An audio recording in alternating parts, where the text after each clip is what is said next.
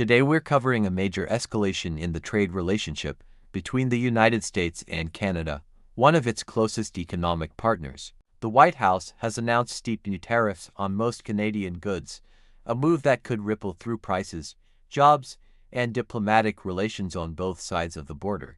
We'll walk through exactly what was announced, why the administration says it's justified, how Canada and its provincial leaders are responding, and then we'll move into the forecast, looking at what economists expect this could mean for prices, growth, and the broader trade relationship in the months ahead. Here's what happened. On Monday, the White House announced that President Trump is imposing 50% tariffs on most Canadian goods entering the United States. The administration says this is a response to what it calls unfair discrimination by Canada against American automobiles, alcohol, and dairy products. The new tariffs will touch a wide range of goods, from wine and cement to hockey sticks, and notably, they include products that had previously been shielded from import taxes under the United States-Mexico-Canada Trade Agreement, commonly known as USMCA. A few categories are carved out from the new tariffs, including energy products, fish, critical minerals, and potash, along with goods like steel and aluminum that are already covered by separate national security tariffs. To understand the administration's reasoning, it helps to look at the specific complaints laid out in the proclamations the president signed. On autos, the White House points to a 25% Canadian tariff, in place since April of last year, on U.S. vehicles that don't qualify for preferential treatment under USMCA. On alcohol, officials note that all but two Canadian provinces and territories stopped selling American alcoholic beverages altogether, without placing similar restrictions on drinks from other countries. And on dairy, the administration argues that Canada treats U.S. cheese less favorably than cheese coming from Europe. It's worth noting, though, that much of Canada's retaliation stems directly from earlier tariffs the Trump administration itself imposed on Canadian goods, originally justified as a response to fentanyl smuggling concerns. There's also a separate, less conventional thread running through this story. President Trump had threatened additional tariffs last week over wildfire smoke drifting south from Canada into the United States, saying on social media that Canada was not properly maintaining its forests and brush, and describing the resulting air quality as dangerous and unacceptable. A White House official confirmed that Trump has asked aides to explore additional tariffs specifically tied to the wildfire smoke issue. Separate from Monday's announcement, though no such tariffs have been formally imposed yet. Interestingly, Trump and Canadian Prime Minister Mark Carney reportedly watched Sunday's World Cup final together, and Trump said afterward that he raised the wildfire smoke issue directly with Carney during their conversation.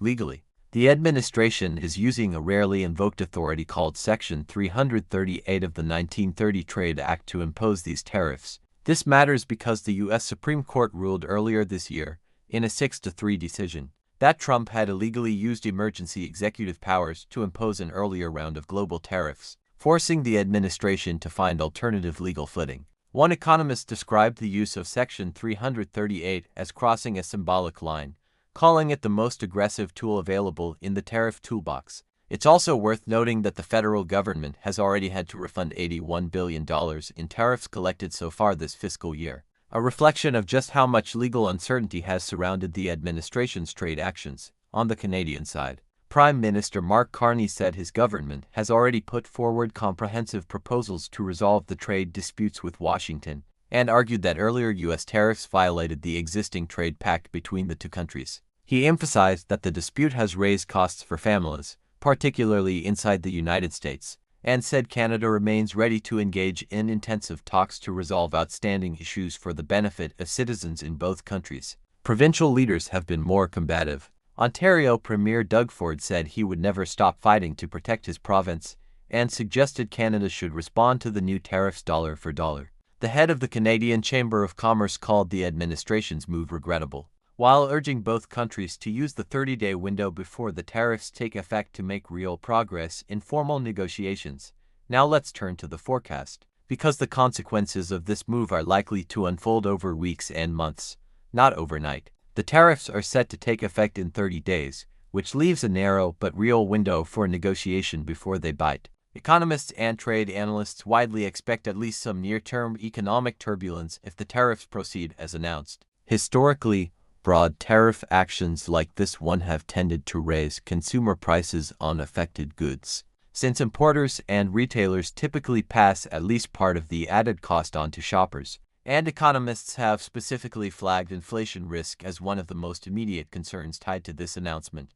There's also a real possibility of retaliation. Canadian officials, especially at the provincial level, have signaled they may respond with matching tariffs of their own, which would extend the economic pain to American exporters selling into the Canadian market. If that happens, expect the standoff to resemble earlier chapters of the broader U.S. Canada trade conflict that has played out since the president's return to office, in which escalating tariffs from both sides created market volatility and pushed businesses on both sides of the border to rework their supply chains, sometimes at significant cost. That earlier conflict, which stretched across 2025 and into this year, already saw tariffs imposed on steel, aluminum, automobiles, and a range of everyday consumer goods, with both the federal government in Ottawa and individual provinces stepping in at various points to help cushion the blow for affected businesses and workers. Temporary exemptions and periodic negotiations offered only limited and short-lived relief during that earlier round, and many of the underlying tensions were never fully resolved, which helps explain why this new 50% tariff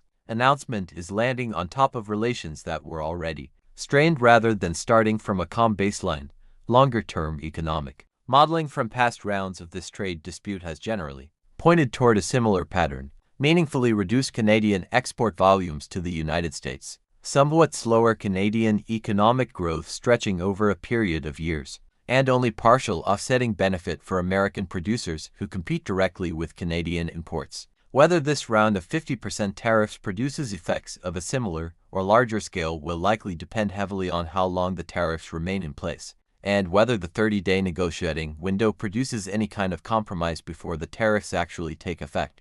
There is also a political dimension worth watching closely. These tariffs carry real risk for President Trump himself heading into the November midterm elections, where control of Congress is at stake. His so-called Liberation Day tariffs last year triggered a genuine financial market sell-off over inflation and recession fears, ultimately forcing him to walk those rates back temporarily to allow room for negotiation. Whether a similar pattern repeats here, a strong initial move followed by a partial retreat under economic or political pressure, is one of the more important open questions analysts will be watching in the coming weeks. In the near term, keep an eye on a few specific things. Watch for any formal response from the Canadian federal government, beyond the provincial statements we've already seen, since that will signal how coordinated Ottawa's countermeasures might be. Watch financial markets for signs of the kind of volatility seen during last year's tariff rollout, particularly in industries directly named in the proclamations: autos, alcohol,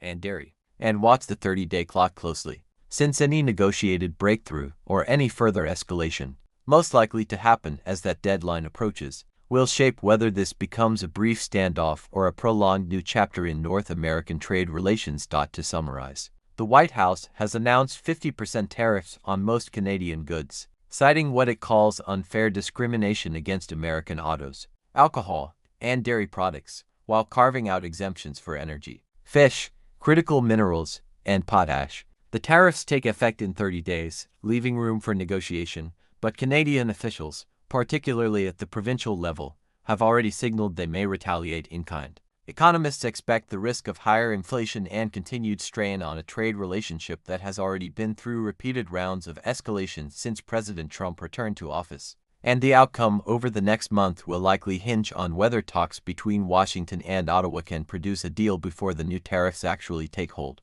That is our update for tonight. Thank you for listening, and we'll continue to follow this story as it develops.